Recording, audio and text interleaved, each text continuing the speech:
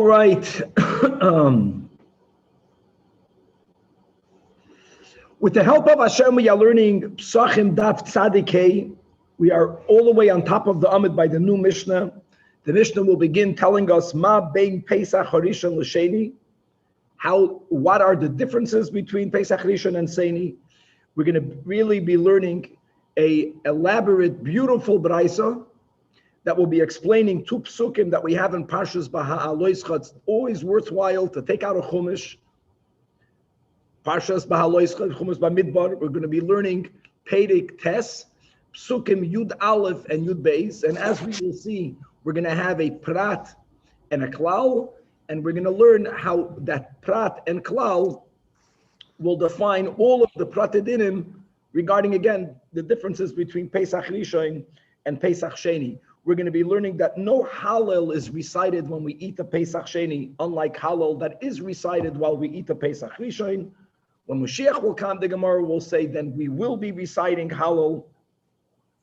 Then we're going to have on Daf Tzadikei with Beis Dinim concerning Tamei by Pesach Sheni. Now, the whole idea of Pesach Sheni is to give a second chance for those who were unable to bring Pesach Rishon, including for those who were Tamei. What happens if someone who was unable to bring Pesach Rishon is Tamei by Pesach Sheni? So our Mishnah holds that the Pesach Sheni is never brought B'tumah.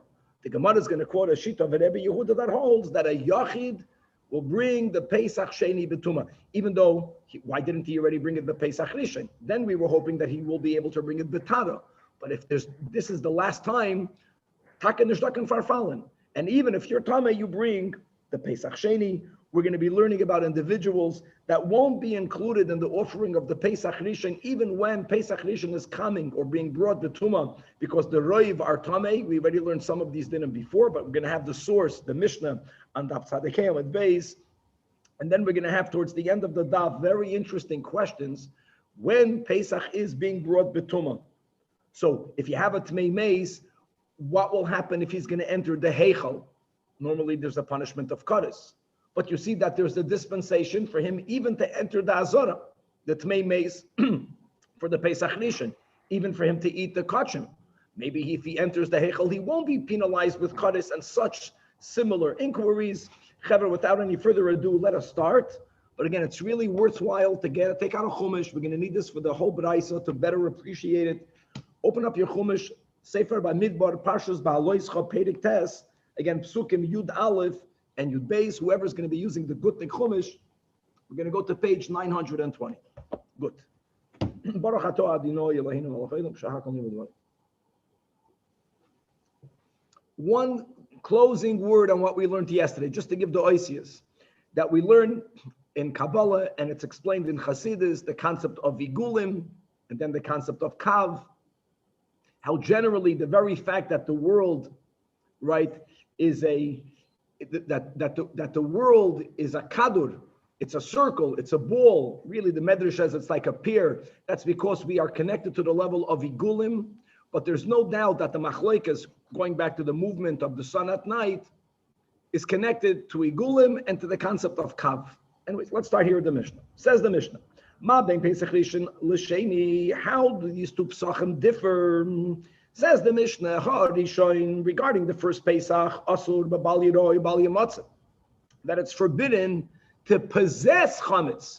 Forget about we're not allowed to eat chametz. One may not even possess chametz. That's really the whole beginning of the Masechta, for which you have to have bedikas chametz, for which you have to have bittul chametz.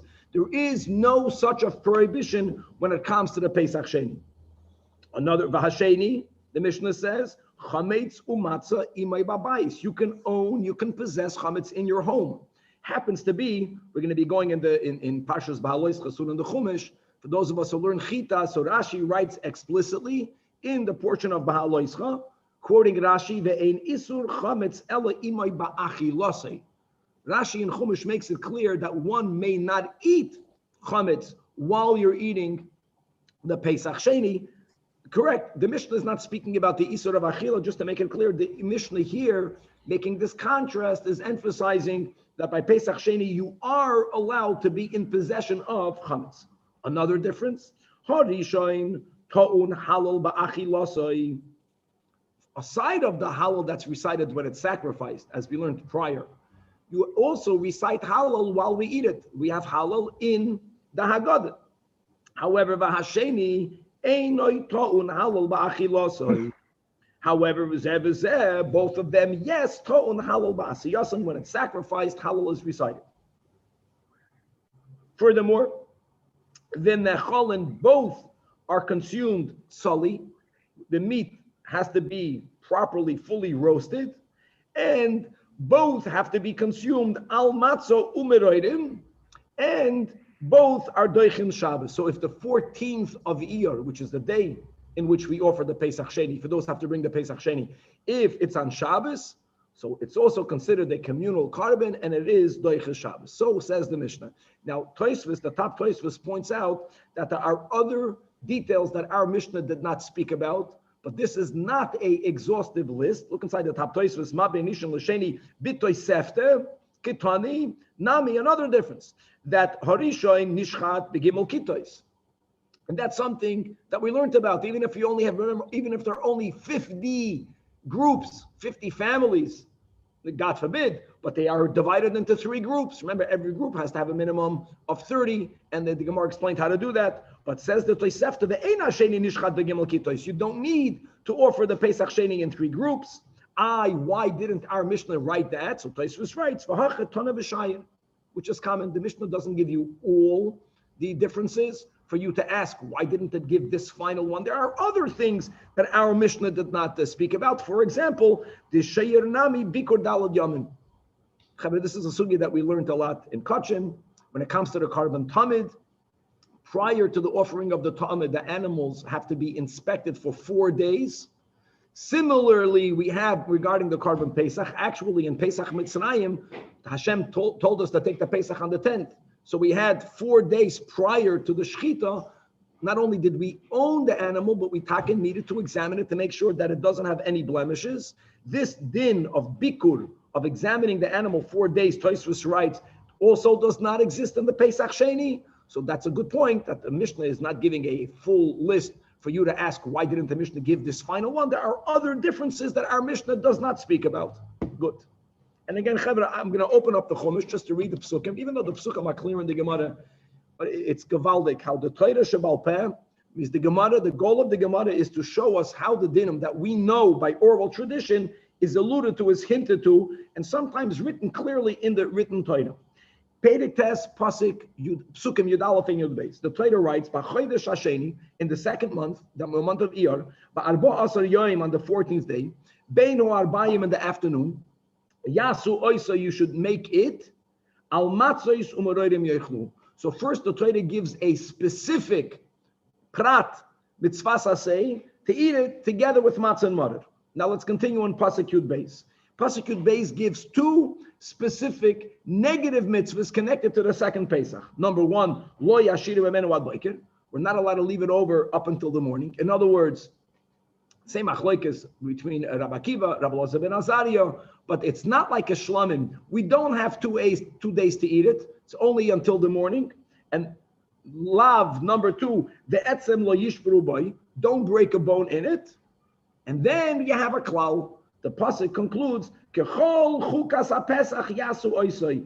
Like all of the laws of the first Pesach, you should do it. And the obvious question is, if the Torah wants to tell us that we have to observe, we have to keep, we have to sacrifice and eat the Pesach Sheni like the Pesach Rishon, Kechol chukas ha-pesach yasu oisoi, why was there a need to specify al matzah sumeroidim? There are 3 specifications. 1 asay, 2 lavim. Lo yashiru memenu haboker, ve'etzem li yishbru boy, shreib, kechol chukas ha-pesach. Actually, that's called a prat and a klal. The Torah says specific things in which they are equal, which already means only in these specific things. Then when the Torah adds kechol, so we're going to generalize, we will include other things as well, but the other things have to be similar to the prat. And that's the whole daf, that's the whole amud and a half. Now, we're going to divide the mitzvahs connected to Pesach into 3 levels. You have those mitzvahs that we will call them, they are mitzvah shebegufay, they are intrinsic. That means roasting it has to be roasted. The meat cannot become tamei. You can't remove it out of a certain location. There are certain mitzvahs that are connected to the meat, to the korban itself. Then you have what we're going to call peripheral. Peripheral means you have to eat it with matzah. You have to eat it with mother. Matzah is not the animal, but you have to eat the animal with matzah and with mother. And then we're going to learn other dinim that are mamish, not in the korban itself. They're not even peripheral. We'll give examples in a moment. The three specifications that the Torah gives is both peripheral, matzah, mother, and the gufay, right? Don't leave it over. The meat cannot be left over. Don't break a bone. It's about the animal itself. And therefore, the nakuda will be that anything that's already considered more external to the animal does not have to be done like the Pesach Rishon. That's called a prat and a klal. The klal is very inclusive, but if only the klal, you would include everything. Okay, that's mamish. That's the Gemara all the way until the Mishnah on Daf Tzaddik Yemon base. Says the Gemara, Tanu Rabbana. This is a classical daf of Kachim that's actually very easy. It says, like we just quoted, that's the end of prosecute base.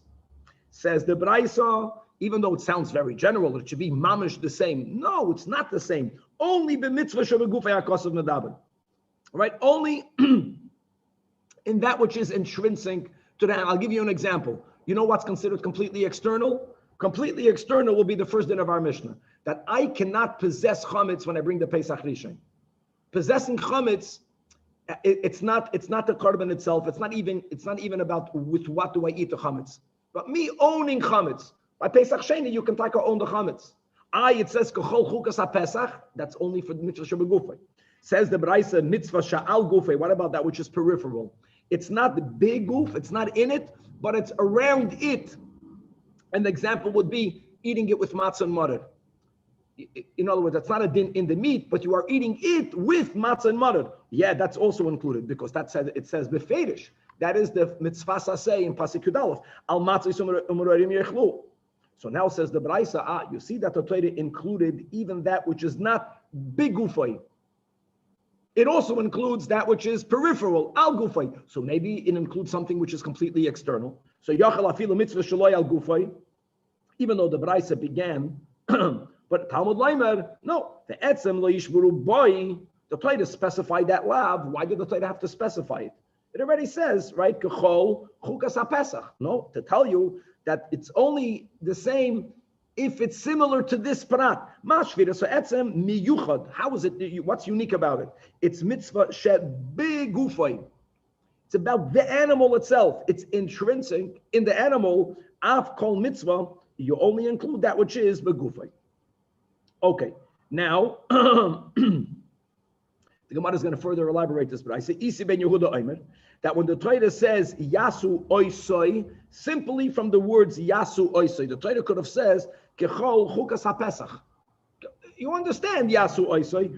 It has to be the Gufoi. The mitzvah should be Gufoi HaKosav Medaber. And really, in other words, what Isi ben Yehuda is pointing out, that I don't need to have the Etzem Lo Yishburu Boi to tell you that they are only the same in mitzvah shabagufay. I know that from the words yasu oisai, which automatically brings up the question, according to Isi ben Yehuda, why did Hashem have to write that a bone should not be broken? The Gemara is going to address every single line of this Braisa. End of Braisa beginning with the Gemara. Amar Mar, the master, the Tanach taught us that Yochel, after the Braisa began telling you only the mitzvah shabagufay because of yasu oisai, then the Braisa asked at the end, Yochel af mitzvah shaloi al gufay. So asks the Gemara, I don't understand. You quoted the opening line, it's from the oisoi. The words are extra, even according to the Tanakama. Ha'amrat, you already told me that the comparison is only regarding a mitzvah. So what was the havamin in the Braisa at the end to say maybe it's even that which is completely external? So explains the Gemara, it's not true. The Braisa began that way. But now, now that we included not only mitzvah shebigufay, don't break a bone, don't allow it to be noiser. Now that the Torah included that which is already not that intrinsic, that which is already peripheral. It's not about the meat itself, but it's about with what you need to eat the meat. So we are becoming more inclusive. So now maybe we are even more inclusive. Alma yasu oisoi, it is lav davka. Because these are the three levels. It's either gufay, al gufay, or completely intrinsic, peripheral, or external.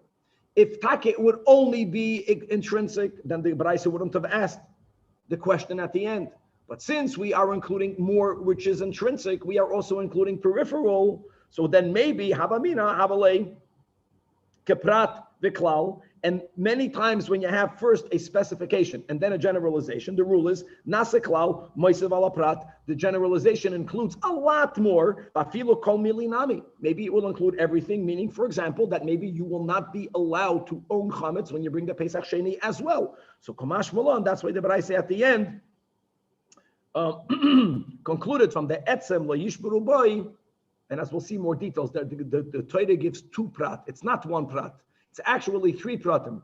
There's an asay, a lav, and a lav.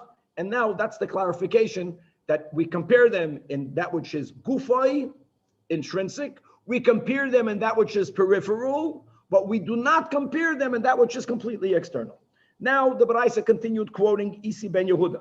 Isi ben Yehuda holds that the fact that the Torah doesn't just write kechol chukas haPesach, but the Torah writes kechol chukas haPesach yasu oisoi, which is completely extra. So from the oisoi, we know that we only compare them by mitzvah shabagufay. So why did the Torah have to specify a detail which should have already been included in the yasu oisoi, which is hay etzem hayavid le? He answers the Gemara that Isi ben Yehuda needs a miboyle. However, we had this above and laf behei echad etzem sheyesh bei moyach ve'echad etzem she'ein bei moyach.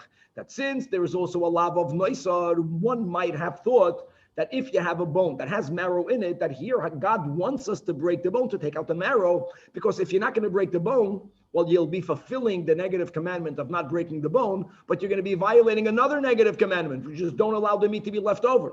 So the Torah needed to specify that Hashem doesn't want us to break a bone, even though it will mean that the meat in it will become noisar. Amazing. And actually, in the Chachamim Noch added that even though that technically, biblically, remember that you can take the bone, you can take the marrow out without breaking the bone. You can theoretically burn through the bone, but Chazal were afraid that you might end up cracking it. So B'Shem Al Taisa, they say don't do anything. Now the Rabbanon that needed to learn that we limit the comparison by the etzem lo yishburu boy. So ha yasu oisoi. Why my obdulate? Now this is extra. The Torah should have written kechol chukas haPesach. The word yasu oisoi is extra. Answers the Gemara. That's to tell you another amazing din, which is mi boyale she'ein shoichten haPesach. We're speaking about Pesach Sheni al hayachid. We do everything we could not to bring a Pesach Sheni for one individual. Now this doesn't mean, like we had before the machlekes in the Mishnah, remember Rabbi Yehuda, Rabbi Yosi, that you are not allowed to bring the Pesach Rishon on a Yachid. It does not mean that. If there's only one Jew that didn't bring a Pesach, he should bring the Pesach Sheni. And again, there's going to be noisad. If you have to pick and choose, only one Jew should bring it. But we have to make an effort for that not to happen. And how do you make such an effort? Rashi writes, when it comes to Pesach Rishon, and it looks like there's only one Jew that is tamei and is not bringing it, be metame another yid. Rashi writes that. Tumasheretz. Tumasheretz, remember that whole advantage, because when you have only tamei but tumasheretz, then you won't be excluded from the oilas re'iyah, from the shalmei chagiga. And like this, you are getting another yid, at least another Jew, to join in by Pesach Sheni. And that's the yasu oisoi. Yasu means they shall make it. Malashon rabim. That's this din. She'ein shoichten as a Pesach, again, she'ein shoichten only means lachatchila, doesn't mean b'diavad, it means we make an effort.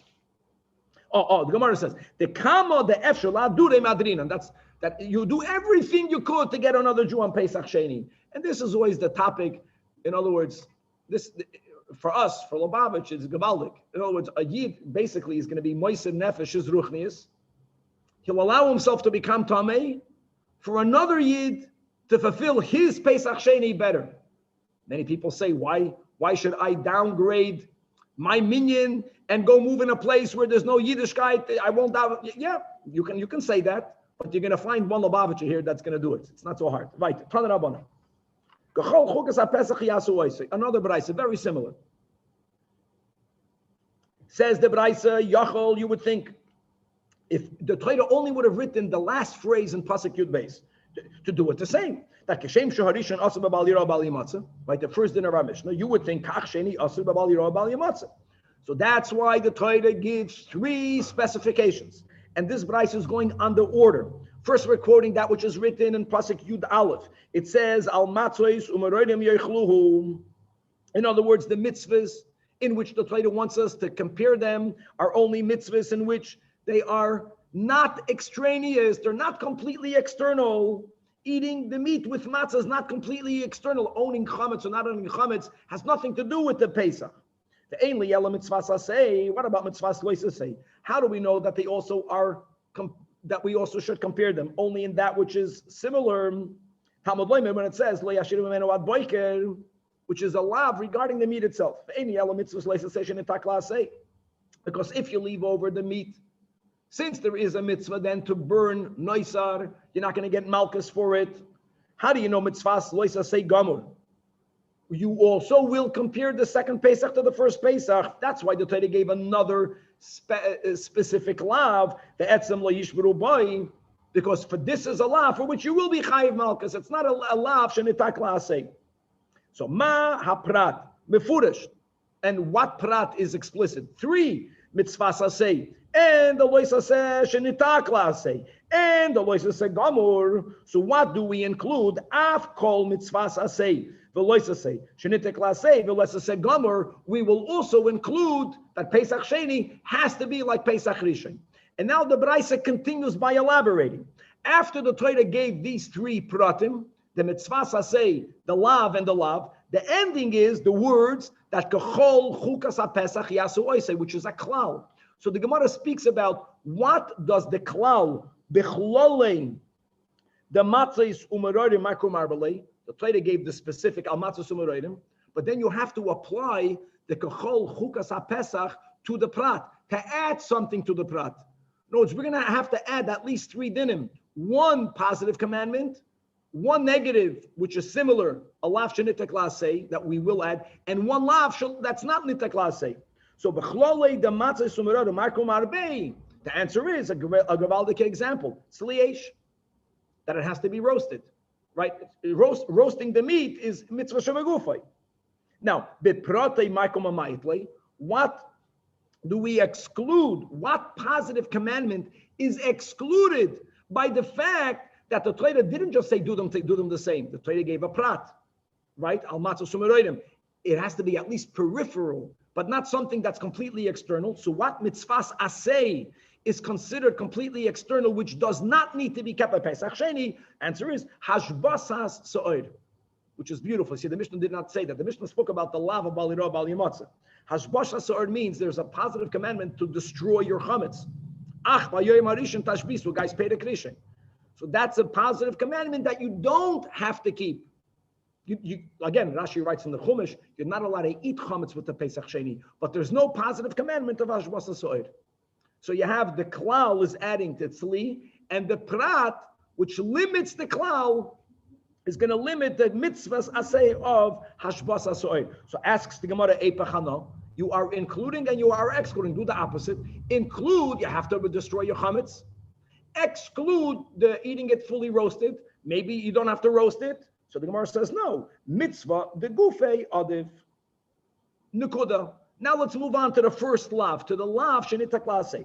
So b'chlolei delo yashiru mimenu ad boiker, my komar belei, answers the Gemara, or this might be the words of a Braisa.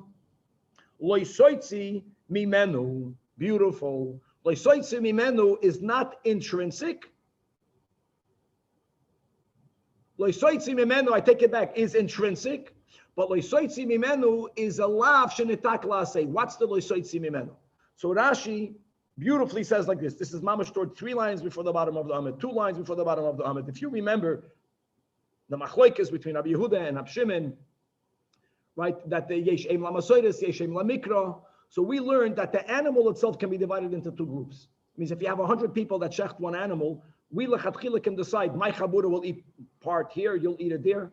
But once we sit down in one location, we're not allowed to take the meat outside of that location. It has to be left there. That's the loisoitzi mimenu. So what happens if someone will remove their meat and go for a moment to sit with another group. It happens many times. You have fabrengens, even in one house, we learn. If we're sitting like around one table facing each other, even if there's another group in the same room, when the Torah says, "Babayis echad yei achel," we learned that it doesn't only mean stick in the same house, it means stick in the same group. So if I went out, I'm violating the loisoitzi. Now that's a lav. But Rashi says you're not chayav malchus for that lav. Why not? Because you can bring it back. So that's another great lav, shenitak la'aseh, that's included, because the Torah, after writing the Torah writes, so the klal after this lav includes another lav, shenitak la'aseh. Guys, we're going to skip the parentheses. Rashi skips the parentheses in the summit. And now, beprate maikom amayit, what is not included? What lav is not included in Pesach Sheni? Lo yirah v'lo yimatzah. And obviously you see the difference. Like the Gemara asks again at the end, the last line in the Amid, Eipachana? No, we're not going to say that, because mitzvah, the gufa yadav, the same logic. Bal yirah v'lo yimatzah is completely external. So it's the least similar. So that's going to be excluded from the prat. The klal will include something that's speaking about the meat, that if you take your piece of meat, because you like the other chevre, you go sit there for a moment, you violated the lav, you're not going to get malchus because you can return it, you can bring it back. Like Rashi writes at the end of the second last line, muter lahachziroi, and you can eat it, but you're mechuyev to do it. And now the last line at the end of the Amid, bechlale, the etzem lo yishberu boy, that's the third specification that we have in Pasuk Yud Beis, and after which the Torah says, kachol chukas ha-pesach. So what is it adding to the lav of not breaking a bone? Daf tzaddik yom beis, my komarbem. Oh, so al toichl mimenu no. Before we learned about roasting it on fire, that's the positive commandment, and now we are also including the negative commandment, which is don't eat it if it's only partially roasted. You can only eat the Koren Pesach if you fully roasted it. Now, beprate maikom amate. What does this specification exclude? So it excludes leisishchat al chametz dam zivchi, which means not only the owner, but even the kohen that's shechting the Koren Pesach may not be in possession of chametz, with all of the pratim that we learned above in the Masechta. And again, I eipachana, and the same answer, mitzvah the gufa yodif, nekuda. So beautiful. So we have two psukim, we have three pratim, followed by a klal. We have three types of mitzvahs connected to the Pesach: intrinsic mitzvahs, peripheral mitzvahs, like eating it with matzah, and completely external mitzvahs. And it's one simple rule: that which is completely external, we do not have to keep by Pesach Sheni. Not intrinsic mitzvahs and even peripheral mitzvahs that are like al matzah sumeroidim have to be kept by Pesach Sheni. Gavaldik. Now the Gemara goes back to what we learned in the Mishnah. Another difference between Pesach Rishon and Pesach Sheni, which by the way fits, and that is that Pesach Rishon you have to say Hallel when you eat it, and you don't say Hallel when you eat the Pesach Sheni. So says the Mishnah. Minohanamili. Now we appreciate better the Gemara's kasha. You say saying Hallel when you eat the Pesach Sheni is peripheral. No, you have to eat it with matzah and water. You have to eat it with the words of Hallel. Fakir, based on what we learned, you should have had that obligation. So says the Gemara, we know that from a pasuk in Yeshaya. The pasuk in Yeshaya is speaking about that which will happen when Mashiach will come. That we're going to burst out with Hallel, with the praise of God, with singing a song to God. Fakir, we have this tradition that up until now there were nine songs that were sung by the community with Ruach HaKodesh. The first one was Az Yashir. That's the 2 tens. The 10th Paraduma will come with Mashiach, and the 10th Shira will come with Mashiach. And there it says, it says in the pasuk that Hashir Yelochem, the shir that we will sing with the Geula Hashlema, will be just like Kilil Hiskadesh Chag, just like the night in which the Yom Tov of Pesach was sanctified, referring to a Hallel that we recite at the night of Pesach. Now, what's very important, guys, the concept of Kedusha, we had this not that long ago.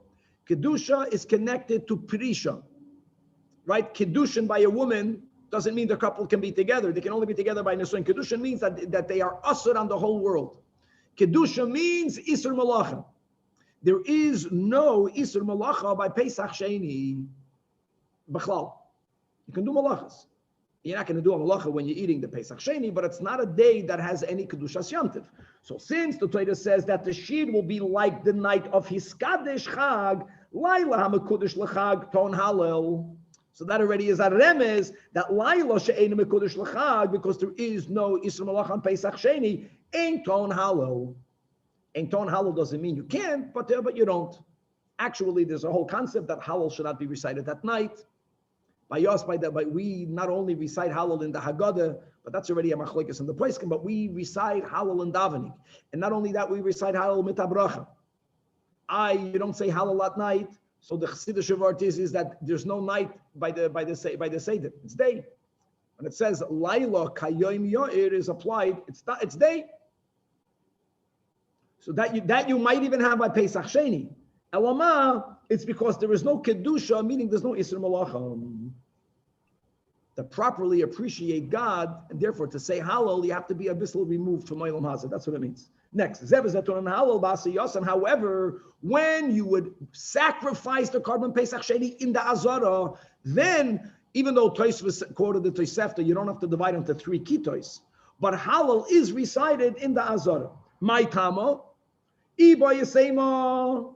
You just quoted the pasuk from Yeshaya. The pasuk says that Kileil his Kaddish boy. I get it. In other words, that which might have been sung at night, which is when you eat the Pesach Sheni, is not sung when there's no Kedusha Isur Malacha. But the Korban Pesach is b'chlal not done at night. This is Gamaldik. The Avoid is done during the day. Laila kamamayit, but Yom kamamayit. And if you don't have a exclusion, the default is, of course, say Halal. The Iba Yisema, guys, this is a very enigmatic line. That Efshir Yisrael Shechten as Pesachim. Is it even possible that a Yid should shech this Pesach? Is it even possible that the Noitlin as Lulaveim, that they should take their lulav? And we're speaking about taking a lulav in the Beis Hamikdash. The Ein Oimrim Halal. It's not possible. And that's another very important concept. That, of course, we are observant Jews, so whether we are in the mood or not, when it's time to say Halal, you say Halal. But there are times that you don't premeditate singing a song. The song is coming out from you. And when a Yid is in the Beis Hamikdash, the question everyone asks, who kommt rein lulav? And the chayret means that whenever a Yid is doing a mitzvah in the Beis Hamikdash, outside the Beis Hamikdash, we can do a mitzvah and not experience a connection to God. But in the Beis Hamikdash, even Bisman by Yesheni, you felt some connection, and that filled you up with joy. So it wasn't that you're commanded to say Halal. How can you not say Halal? It's a gesagt Halal. I forgot which group, but there's a beautiful Hasidic story of a group of one Hasidic dynasty that their Rebbe passed away, and they went to another Rebbe. They were looking for a Rebbe. This is not in Lubavitch. This is in other groups. And when they came, I forgot the names. They came to there's certain different Hasidic dynasty, and the Rebbe there told these new Hasidim that you can join our court on one condition. He says that by you, Shabbos, that you would sing and dance. By us, davening Kabbalah Shabbos is mizakis. There's no clapping the hands, there's no singing, there's no dancing. If you can tolerate that, if you change the way you do it, then you're more welcome. So they said, Rebbe, yeah. So they davened there, but they couldn't contain themselves. They were davening, and they made the biggest singing and dancing. And they were sure that the Rebbe will be angry at them. And after davening, everyone greets the Rebbe. They give him shalom, it's called. And they were waiting to get it over their heads, and the Rebbe said nothing. So the last one that walks by says, Rebbe, are you not upset at us? He said, no. He says, the singing and the dancing that we don't do over here is that if you don't feel it, I don't want people just to externally sing. He says, but you're singing and dancing. It wasn't that you decided to sing and dance. The song came out automatically. That's 100% accepted. Okay, right there, over here. They both are eaten roasted. That's the klal, remember that? That includes. And also, they both override the Shabbos. And now, says the Gemara, let us learn from that which the Mishnah does not write. Shabbos yes, meaning yes, they are both the same. Yes, meaning they override the Shabbos. But Tumah loy. But Pesach Sheni may not be brought betumah. Pesach Rishon, at least sometimes, is brought betumah, and not just sometimes. If Roiv Atzibur is tamei, then you bring it betumah. So Oy Bazoi, this inference is correct, But just be aware that this is really subject to a machlekes tanoim, that our Mishnah, Deloy ke Rabbi Yehuda, the Tanya, second Pesach. This is the second Pesach Braisa. Doiches HaShabbos, Pesach Sheni, if it falls the 14th of years on Shabbos, you do the Shechita. Ve'ein doiches hatuma, that is the Tan of our Mishnah. However, Rabbi Yehuda Omer, Av doich hatuma. And what's under this machlekes says the Gemara, my Tama the Tanakama, logic. Why do you bring Pesach Sheni? One of the reasons is because you were talking about Pesach Rishon. So my Pnei Tuma the Chisiv. In other words, you push this person off because you don't want him to bring the Pesach Rishon Betuma. We're speaking about when the Reiv Hakol are Tahar. So he's in the minority. So if you push them off to prevent Pesach to be brought Betuma, is Yachzer v'Yasa Betuma? It's like, so, when you look back, you say, if he anyways brought it Betuma, then what was the point of him bringing Pesach Sheni? However, Rabbi Yehuda says, we don't look at it that way. Ideally, it's better to bring it Betara. Ideally. So if the person is Tamei Pesach Rishon, the Torah says, wait until Pesach Sheni, with the hope that by then it'll be Tar. But if Loi Zacha, you don't say you're out. No, that's the emes is daken fafalin is shitas Rabbi Yehuda. Amazing. In other words, you're just as tamei as before, but now if you're not going to bring it now, you won't have a third opportunity. So you bring it even betuma. Loizache yaseb abi, bring the carbon pesach. Taner Rabbanan Pesach Rishon doiches haShabbos, Pesach Sheni doiches haShabbos. Right, that's what we had in our Mishnah. Pesach Rishon doiches hatuma. Pesach Sheni also doiche esatuma. This braisa obviously is shitas Rabbi Yehuda. Another din, Pesach Rishon Tom Lina. Lina is a beautiful din. Rashi explains that whenever a person brought a carbon Pesach, you have to spend that night in Yerushalayim. Right? Don't rush away. Now Rashi adds here a few very important nuances. On the first day of Pesach, we bring the carbon Pesach, the 14th, we eat it at night.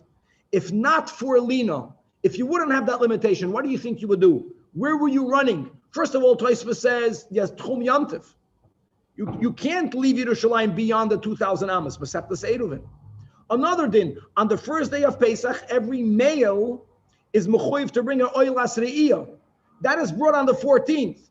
And a Hanami, says Rashi. All what that means is that if not for this other mitzvah of remaining in Yerushalayim, one would be allowed to leave the walls of Yerushalayim. You can't go beyond 2,000 Amos. You have to return to the Beis HaMikdash during the day, but if you have a nice little cabin outside the walls of Yerushalayim, it's too noisy for you, you would be allowed to do it. Lina tells you, you may not leave Yerushalayim. Stay in Yerushalayim. That's an expression of you're not running away from the mitzvah. Like, I did it, I got it out of my way. God forbid. You stay there longer. However, a Pesach Sheni also told Lina. Amazing. Now, one thing I can tell you, that Pesach Sheni Ton Lina, that's really external. That's really external. So, what's the source of this braisa? Let's go. Oh, the Gemara is going to bring it. I'm sorry. The Gemara is going to bring a source. We need a source because it's not included in the whole din we learned today. Now, says the Gemara, when the braisa says Doiche Satuma, who obviously authored this braisa has to be Rabbi Yehuda. Problem is, we have a stira because Rabbi Yehuda ta'un lina fakir. For Hatanya, we learned Rabbi Yehuda says Minayin la Pesach Sheni she'ein ta'un lina, and he quotes a pasuk in Parshas Re'ei, and it says over there Ufanisa ba'boiker. Guys, this pasuk we read this on Yom Tov is regarding Pesach Rishon, that in the morning you will turn back, not after you brought it and you ate it, you're good to go. In the morning, turn back and go to your tent. Now, this is written in Pesach Rishon, but not only that, it says right afterwards, it says, Sheishas Yomim Toichal Matzahs. For 6 days you will eat matzahs. I just want to take a little pause over here. 6 days? What's 6 days? Either the first night or all the 7 days. The Gemara is going to speak about this mamish in the second to last daf of Pesachim. Faket, we learned many times, Shivas Yomim Toichal Matzahs. And we just learned a few daf ago that the only obligation to eat matzahs on the first night, or chutz la'aretz, the first 2 nights. From there on, it's reshus. We said it's a reshus, and you get a mitzvah, and we spoke about Hamoed, and why didn't you make Asher Kedishanu? But it's not chayva. Torah writes one time, for 6 days eat matzahs in the Eid. So we're going to learn on daf Kuf Chav, why does it say for 6 days? we are excluding one day. Not only does it mean to exclude that day, it means to exclude all the other 6 days. We're going to learn a whole way of learning drashas. The only time you're obligated to eat matzahs is bo'erev toichlu matzahs. For the other days of Pesach, you're not allowed to eat chametz. It's a reshus to eat matzah, and we hold noch you get a mitzvah. And al pi Kabbalah, it's taka michla de hemnusa and michla da asfasa, even for the whole Pesach.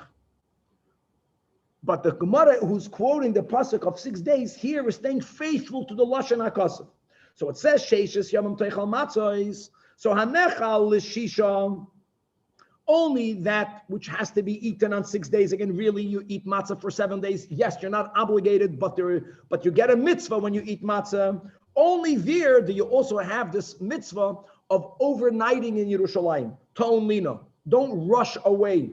However, this is Rabbi Yehuda. She'ein achal l'shisha, ein ta'on lina.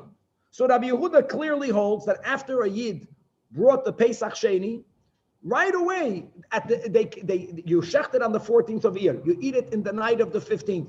They can, after they finished eating 10 p.m., they can go back to where they came from. Rabbi Yehuda answers the Gemara today. Tanoeli with Rabbi Yehuda. It must be, this is the last resort, that there is a machlokes. What is shitas Rabbi Yehuda? Obviously, the latter brayse explicitly says that Pesach Sheni ain't ta'on lina, and the first brayse, the one right above it, which is the Tana of Rabbi Yehuda, or it's following the sheet of Rabbi Yehuda, will hold that what? That Pesach Sheni also needs to have lina. Just to, again, loha'ir, that's the top Tosfos. The top Tosfos asked the question we just brought up. It says Tosfos, Teimel Rashba. I don't understand. We just learned the whole Amud Aleph that any mitzvah that is not bigufay and it's not al gufay, it's completely external, we don't compare them. So the default should have been that you don't need to have lina. Why do we have to exclude it? Of course you don't need to have lina. It's not about the meat of the Pesach, it's about the person. So, and Tosfos remains with Akash. Moving on to the next Mishnah. It says the Mishnah, ha-Pesach sheba betuma. We're speaking about Pesach Rishon, when the majority of the people are tamei. What did we learn? That everyone brings it betuma. But the everyone is not everyone. Not everyone. There are certain people that are tamei that may not bring it, even though everyone is bringing it betuma. All of the people that the Mishnah will mention, and we already quoted this above, have one commonality, and that is that they are tamei because the tuma was yoitze mei gufay. So how does one become tamei? Even tamei meis, you become tamei because you had contact with the source that's external to you, right? You had contact with the corpse. But you have people that become tamei because the source of tuma was emitted from their bodies. These people, even though when you come, what level are they on? Well, they're not more tamei on that, if you look at it that way, than a tamei meis, but they are considered more tamei, not quantitatively, but qualitatively, that they may not bring Pesach Rishon. Lo yoichel mimenu zavim v'zavos, nidos v'yoldos. Again, to remind ourselves that nida is something very common, or today also we consider every woman already a nida and a zava together, that when Mashiach is coming, that God willing today, and we're going to bring the Pesach, now that we are a little bit more familiar, that if a woman then happens to be in her status, in her state of a nida, that she'll be deferred to Pesach Sheni, even when Roiv HaKol are tamei anyway. Now the Mishnah says a detail. The emes, but ve'im ochlu p'turim ikaris. Normally, if someone is tamei and they eat kachim, not only are they violating a law, but they're going to get kares. Even though true, they may not eat it, they are not included in this heter of eating it betuma, but the kares will not be applied to them as well. So there's some leniency that they are also afforded with. Rabbi Eliezer adds another detail. Af al bias migdash. Anyone that's tamei who enters the Beis Hamikdash is chayiv kares. They won't be chayiv kares. Then they should not be bringing it, but they won't be chayiv kares. Says the Gemara Tanach Rabbanan. Zavin and Zavis, nidos and yoldos. Yoldos was speaking about after a boy for 7 days, after a girl for 14 days. Even though again the Braisa, like our Mishnah holds, that they are not exempt, they are not they are not allowed to bring it. Yochol yu chayavim. Chayavim means chayiv kares. So Talmud loimer, guys, these are the psukim in Parshas Tzav that speak both about when kachim meat is tamei and when the person who's eating the meat is tamei. It says kol tahor yochal basar. Only someone who's tired is allowed to eat sacrificial meat. And it says right away in the next pasuk, v'hanefesh asher toichal basar v'zebach hashlam mashar l'Hashem. If the eater, if the person v'tumasei olav, so the punishment is kares. Says the Braisa that the fact that the Torah puts both of them together teaches us that ne'echal l'tohirin, a carbon that is only allowed to be eaten by tohirim. You would say, of course, no, there's one exception. The carbon Pesach haba b'tumah. Only exception, because even the other karbanos, tzibur, that are brought b'tumah may not be eaten b'tumah. Maybe the only exception, a one-time exception, was that whole story on the day that we inaugurated the Mishkan, that Aaron ate the unique chatos that came that day, but the other ones he burnt. In other words, only karbanis, which is all the karbanis other than the Pesach, that must be eaten only by Tahoidim, only there is there a chiyuv kares if the person who ate it was tamei. However, but v'she'einu nachalat Tahoidim, which is the carbon Pesach, even though the Zav was not allowed to eat it. But ein tamin, ein tameim chayav and olav and shum tamei. He won't be chayiv kares. It's asur, but there's no kares. And now we continue with the Braisa. This is all part of a Braisa. Rabbi Eliezer Oimer Yochol Dachaku Zavim Minich Masul Azara Pesach Ababatuma. Here again, when a person is tamei and they enter the Azara compound, the chayiv kares. Now, a tamei mace is allowed to enter. Now, a tamei mace is tak allowed to enter. He's not violating anything. The Zav was not included in the heter. He's not allowed to enter. But again, if he's not included, you would think that if he enters, he will be chayiv. What normally you're chayiv, which is kareh. So again, Talmud loimer in Parshas Nasai, where it says v'shalchu min hamachne kol tzruah v'chol zav v'chol tamei lo nefesh. The Torah puts all these three together, guys. We learned so much from this pasuk. So says the Gemara, says the Braisa over here, b'zman shetamei mesim mishtalchin. Only when tamei mesim have to be sent out, which is normally the case. Again, what's the exception is Pesach. Only then do you also have to send out Zavin and Mitzrav and Mishtalchin. Ein Tamei Mesin Mishtalchin, which is only by Pesach. Ein Zavin u'Mitzrayim Mishtalchin. Here again, it doesn't mean that they don't have to be sent out. They're not allowed to enter. It means that if they enter, they're not chayiv kares. The heavy kares penalty is not going to be given to them. Nekuda. Now, detailed questions. Very interesting questions. Let's start with number one. Inquiries. Boyas. Boya Rabbi Yosef. L'chu'ura, I'm sure many say this, that some of these inquiries will be dependent. Do you say Tuma Hutra B'tzibur or whether Tuma D'choya B'tzibur? Okay. Boy, Rabbi Yosef, what happens if Dachaku Tmei Mesim v'nichnusu leheichal b'Pesach haba b'Tuma? Guys, a heichal is an area, not only can a Tamei not enter, even a Kohen, if the Kohen doesn't have a specific reason to enter the heichal is the room proper, the sanctuary proper. We have the mizbeach and the menorah and the shulchan, the menorah and the mizbeach hazohav, mizbeach apnim. If you enter there with you're violating, you're not allowed to enter. You're a stranger.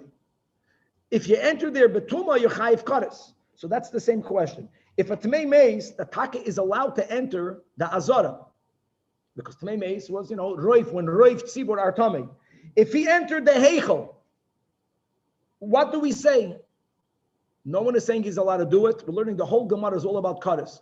Question is, will he be chayiv kares for tamei entering the heichel? So do we say that the ishtri tumas azara, and there it's take ishtri, he's allowed to enter lechatchila, right? The representative, it doesn't bother us that he said tamei meis. It's Pesach haba b'tuma. So ishtri nami tumas heichel. That means tuma hutra. We don't care about the issue of tuma. Even though he should not have entered because you don't belong there. What are you doing there? Oy Dilma, the first wide line, Ishtara, that which the Torah said became permitted, which is, Roiv Tzibur, Pesach, Istak, Haba Betuma, but for that you only need to enter the Azara. But my Deloy Ishtara, that which Hashem never exempted you of, that which was never rendered permissible, is taka not permissible, and the default is the original Kares.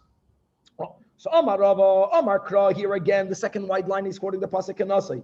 Vishalchu min hamachna. So when it says min hamachna, it's like that send out people from part of the camp. Now, look at the remes. We're looking at the Makom HaMikdash as the camp, Machne Shechina. Normally, Machne Shechina is one Machne. Either you are allowed to enter or you're not allowed to enter. So Rav is being medaik from the Min HaMachne. No, that even the Machne Shechina at one din, for one din, is also divided into two parts. Where is that? Our case. When a Pesach is coming b'tumah. And therefore there's a dispensation that a Tamei Meis, normally a Tamei Meis can be a Machne Leviyah, but may not be a Machne Shechina. He's allowed to enter the Azara. On that, the Torah says, but not all of it, only part of it. Coming to teach you that if he enters the Heichel, then the default Kaddish will go back on this person. That's one version of Rava's answer. And Ika da Amri, that Rava said the opposite, and actually the Rambam paskins like the latter version. It's an all or nothing. We don't divide Machne Shechina into two levels. Either it's prohibited with Kaddish, or there is no Kaddish. That Amar Rava from the same verse, it's amazing, where it says, Vishalchum en Machne.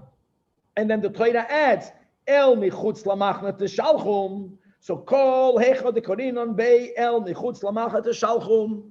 When you have to be completely expelled from the whole machna, which is not when there's no heter, then is where I read vishalchu min hamachna. Then you have to be sent out even from part of the camp, from the heichel. Wherever you don't have to be sent out of the azara, then there is no kaddish if you enter the heichel. In other words, the machlekes in the two gersois, again, it could be tuma tchuya, tuma hutra, but whether we view Machne Shechina as one kedusha, either you are expelled from it or you're not. And if you're not, you're not.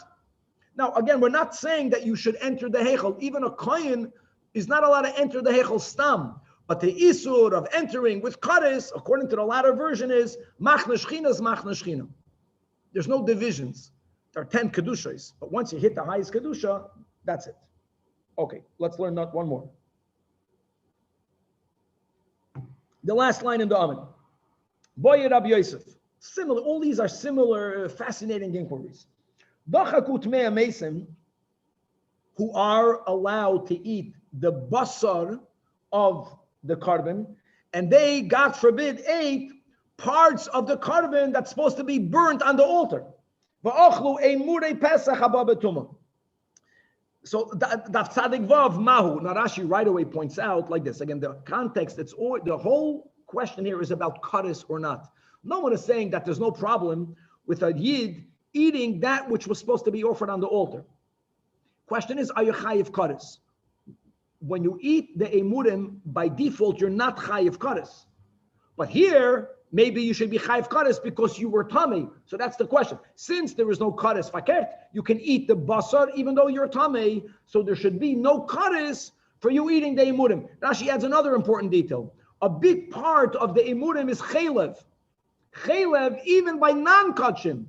Chaylev, the prohibition of eating the fats of domesticated animals, not of chayas, is always bekaddish, even from chulin. So what's the kasha? So Rashi points out, not all of the emurim are chaylev.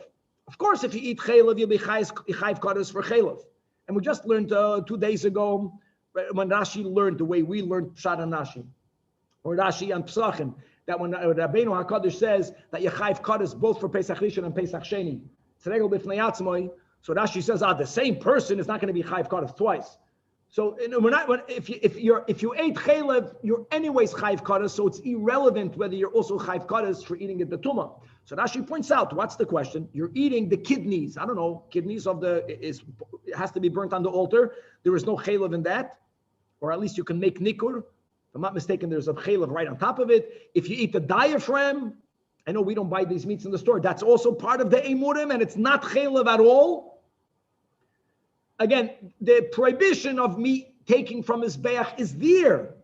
Am I going to be chayiv kaddish? Why kaddish? Because I ate betuma. So here again, do we say top line nida ishtri tumas basar? So therefore, Hashem, when it comes to the Pesach haba betuma, there is no issue of tuma. So ishtri nami tumas emurim oidilma my de ishtri or my de ishtri lo ishtri. So again, Amar Rava, Gavaldik, just like Rava had an answer before, Amar Rava michti. Tumas emurim mehechais Rabbi. How do you know you chayiv kaddish for eating a murim betuma. The Torah never gives an isur kares for someone eating that which belongs on the altar. It's only learned from tumas basar, as it says in Parshas Tzav, Asher Lashem l'rabbis esoy murim. So if the whole limud of the isur kares comes from the basar, so then again we don't divide it in half. Kalecha the isay l'tumas basar, which is almost always the case. You may never eat kachim when you are tamei, other than Pesach. Then isay l'tumas emurim. And if a yid ate even the parts of the emurim that are non-chaylev, they'll be chayiv kares because they ate it betuma. Also, kol hecha the lesei l'tumas basar, which is Pesach haba betuma, leisei l'tumas emurim. We'll stop over here, and another beautiful shtickle before we come to the Mishnah in the next stuff. Yeah. Go ahead. So What's the difference between extrinsic and intrinsic? We have a Sunday morning, 2 daf, and already Monday, we head into Arvei Pesachim. The first few daf of Arvei Pesachim, of course, you can spend in yeshiva, the Rosh would spend 14 years on it. But we're going to try to get at least in one day, 2 daf, maybe adding 15 minutes, maybe. Just to get already ahead for Pesach. We have to get ahead a few daf before Yom Tov. And we'll do that, God willing. What's the difference between intrinsic and extrinsic? That's probably a big answer. You don't have time for. Some law, let's speak very technical, that is either in the meat, or at least it's about with what the meat should be eaten. That's intrinsic. Intrinsic. It's in it. Love it. Me owning chametz or not owning chametz it's nothing with the meat. Physically, it's a separate thing. While I'm eating the Pesach, I can't own chametz. But the chametz that I'm owning is not in the meat. It's not even with the meat. Somewhere out there. It's the bone is in it. It's intrinsic. Eating with matzah, I know, but I have to mute yourself so you could hear. Al gufay. You're giving me a look. I don't know whether I should be quiet or keep on talking. Keep talking. Keep on talking. So we said there's 3 levels, Rabbi, right? Intrinsic, and then peripheral and external. I'm trying to find another case where we have such a thing, where we have, it's well, in Hilchos Shabbos there's such a thing, no? No, so talk. So just give another example. I'm saying, in other words, even when I have to do 2 mitzvahs at the same time, but if it's 2 separate mitzvahs, we're calling that external. If there's a mitzvah related to the item itself, anything related to the item is called intrinsic. It's called bigufay, sheb bigufay. So what's peripheral then? Peripheral will be breaking a bone is in it. Peripheral is eating it with matzah. In other words, it doesn't change the meat. The meat is the same meat. If the meat is roasted or not, that's the meat itself. The meat is different. If the meat is roasted and I'm not breaking a bone, eating it with matzah, it's not in it, but I have to eat it with it. So it's like complementary. So it's called peripheral. It's like above it. The Gemara uses the words, it's on it. Owning matzah as not owning chametz, it's completely external. Not owning chametz is on me, not on the meat.